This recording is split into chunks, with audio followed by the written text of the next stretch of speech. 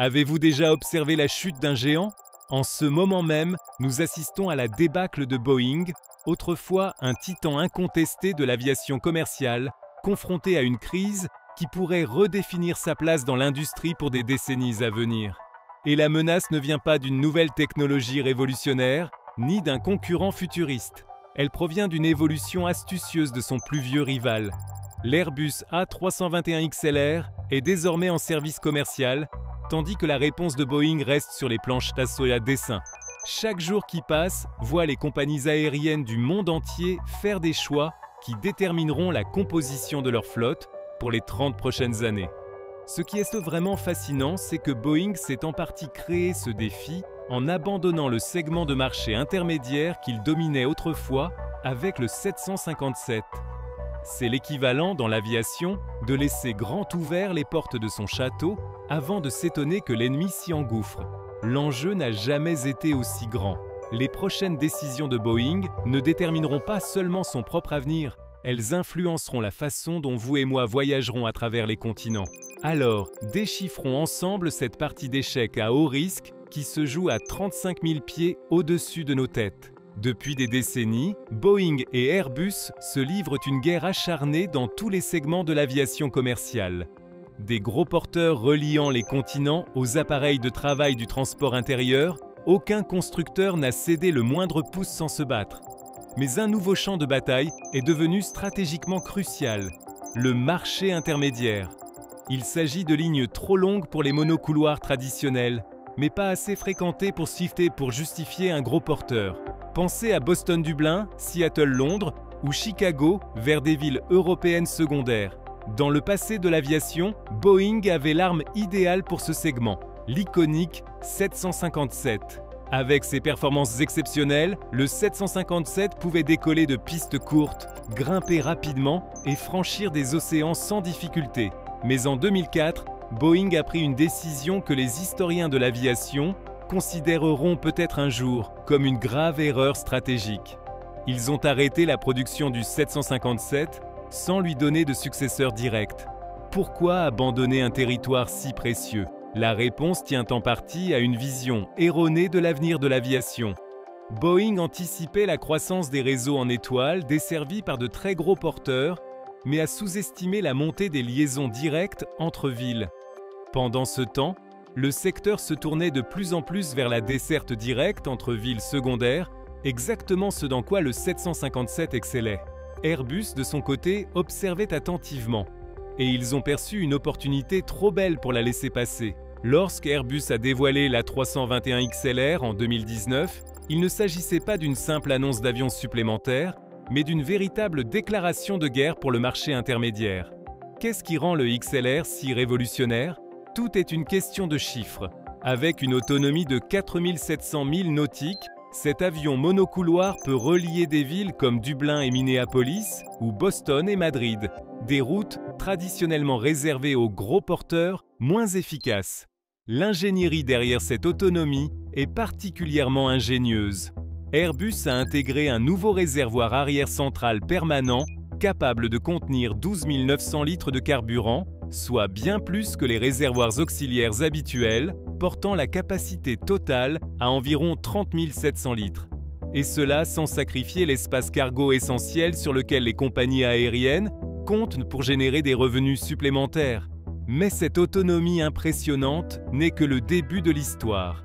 L'A321XLR affiche une amélioration de 30% de l'efficacité énergétique par siège par rapport aux avions de génération précédente.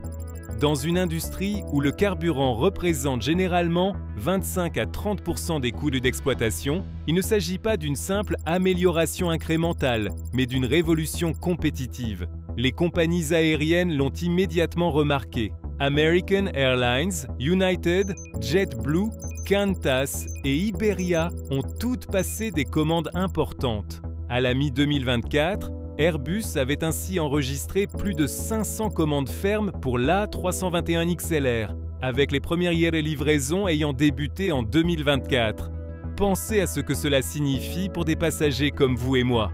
Préféreriez-vous une correspondance dans un hub saturé ou un vol direct vers votre destination?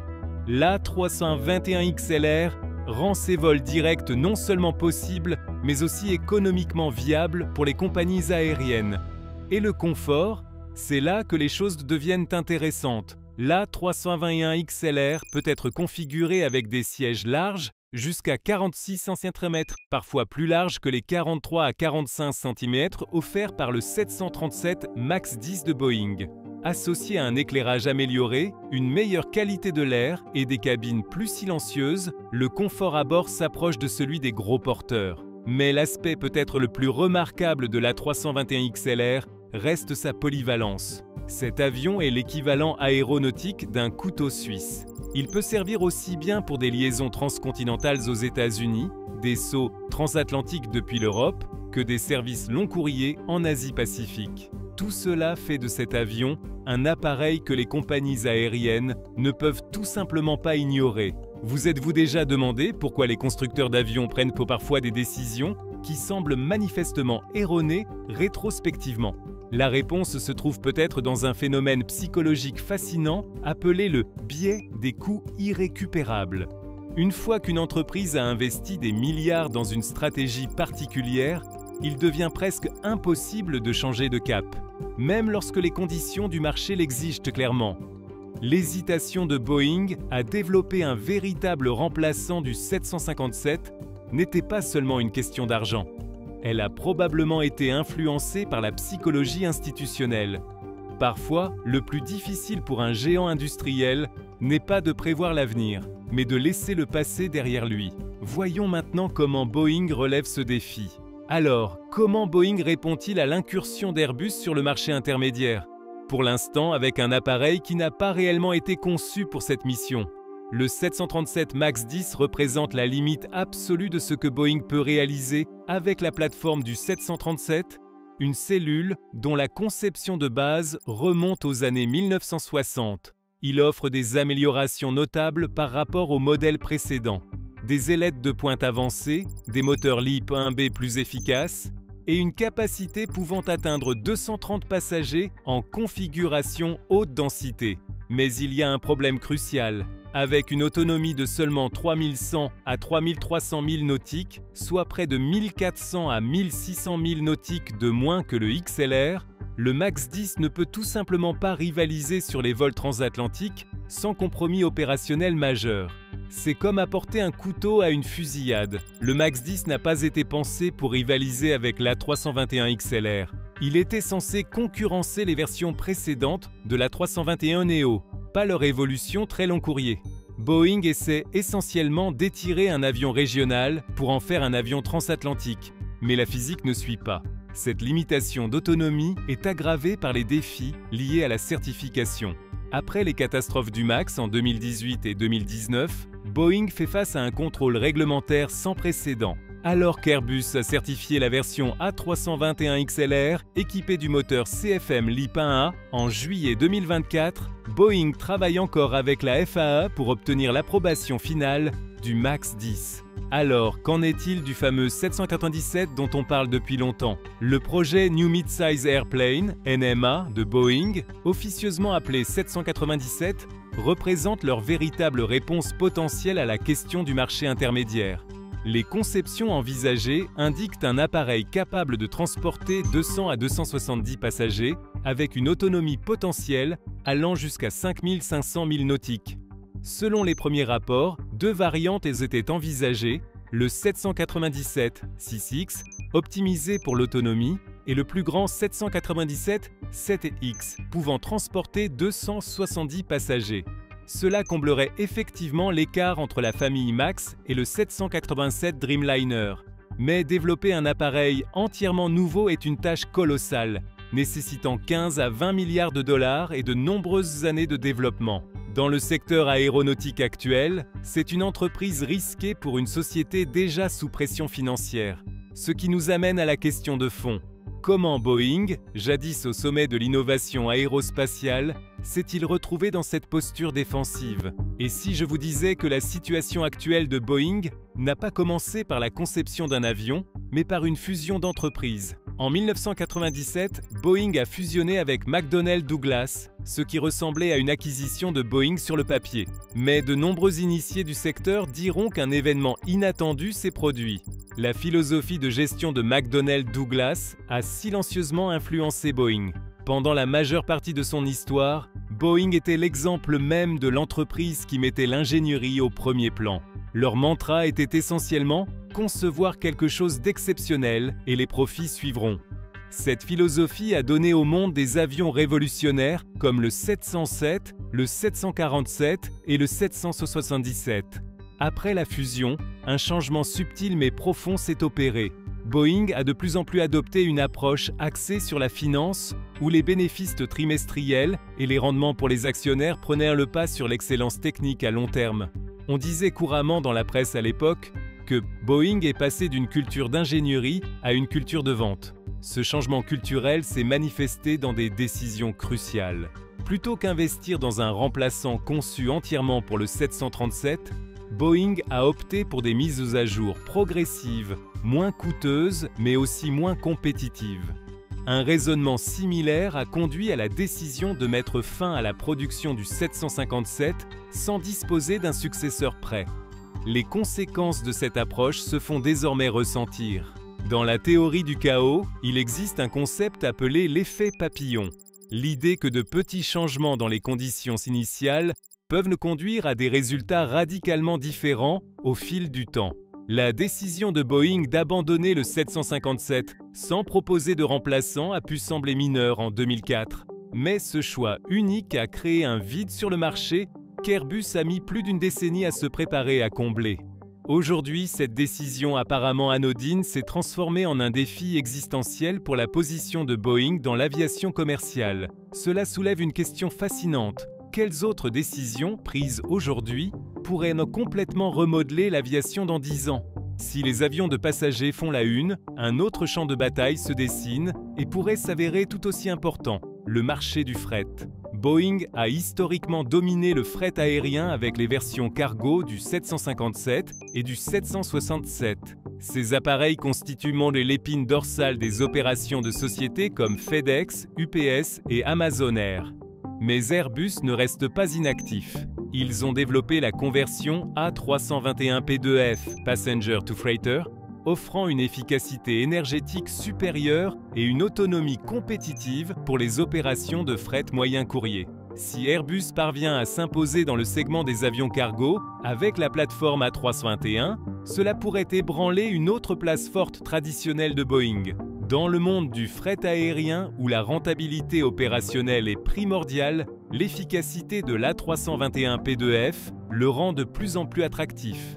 Il ne s'agit pas seulement de savoir qui vendra le plus d'avions, mais bien de l'infrastructure même qui permet le commerce mondial. Alors que le commerce électronique continue de croître de façon exponentielle, le segment du fret aérien de taille intermédiaire est prêt pour une expansion significative. La domination de Boeing dans le fret pourrait-elle être la prochaine victime de cette bataille en cours? Avant de rédiger la nécrologie de Boeing, rappelons-nous quelque chose d'important.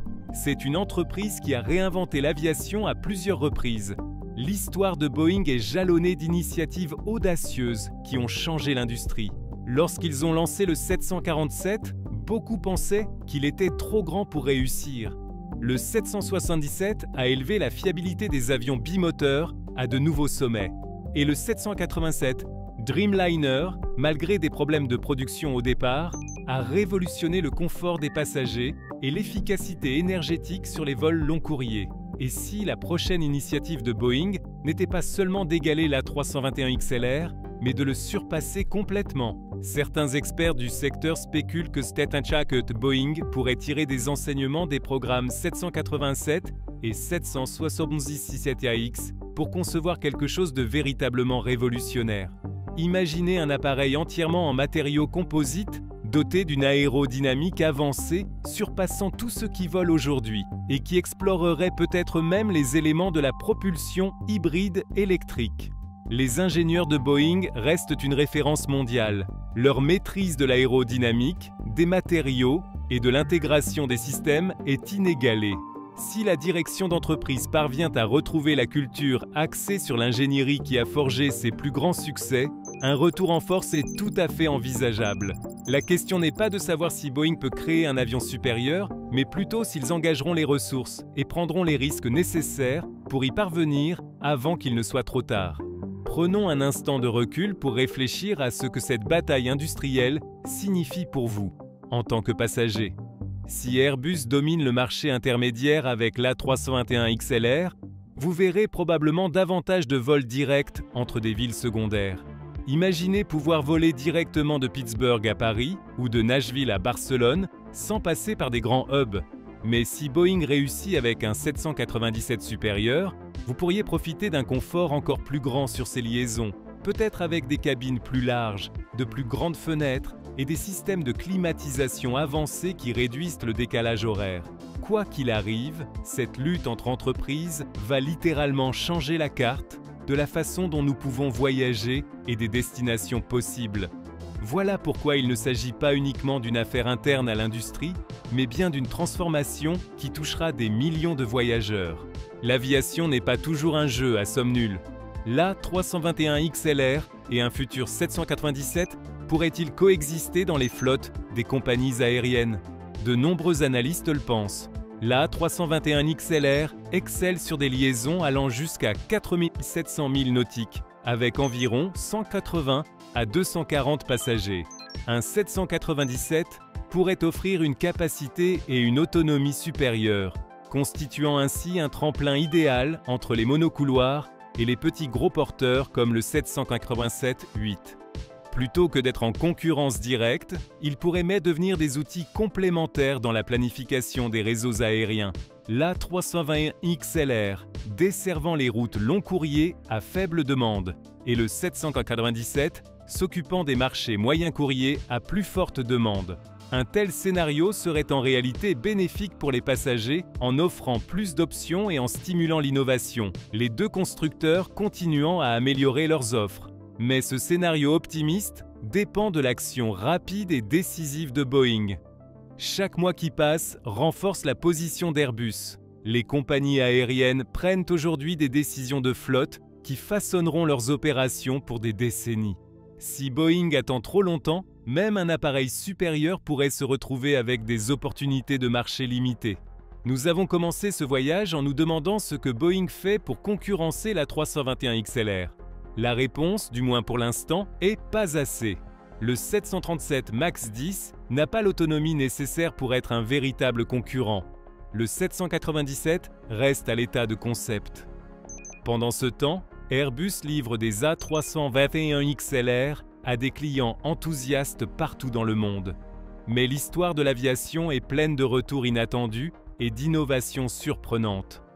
Boeing se trouve à un carrefour qui influencera profondément non seulement son avenir, mais aussi le paysage du transport aérien mondial. Vont-ils miser sur des améliorations progressives de leurs modèles existants? Vont-ils enfin s'engager pleinement dans le programme 797? Ou surprendront-ils tout le monde avec quelque chose de révolutionnaire qui changera complètement la donne? Une seule chose est certaine, les 5 prochaines années façonneront l'aviation commerciale. Et quelle que soit l'issue de cette bataille industrielle, les véritables gagnants devront être les passagers grâce à des avions plus efficaces, des itinéraires plus directs et de meilleures expériences de voyage. Le marché intermédiaire n'est pas simplement un autre segment de l'aviation commerciale. Il représente le futur de la connectivité entre les continents. Et pour l'instant, ce futur est en train d'être écrit par Airbus et non par Boeing. Boeing va-t-il reconquérir le territoire qu'il dominait autrefois? Ou bien assistons-nous au début d'une nouvelle ère pour l'aviation commerciale? La réponse se dessinera dans le ciel au-dessus de nous dans les années à venir. Et j'observerai attentivement chaque évolution de ce fascinant feuilleton industriel. Qu'en pensez-vous? Boeing doit-il tout miser sur le développement du 797? Ou est-il déjà trop tard? Partagez votre avis dans les commentaires ci-dessous.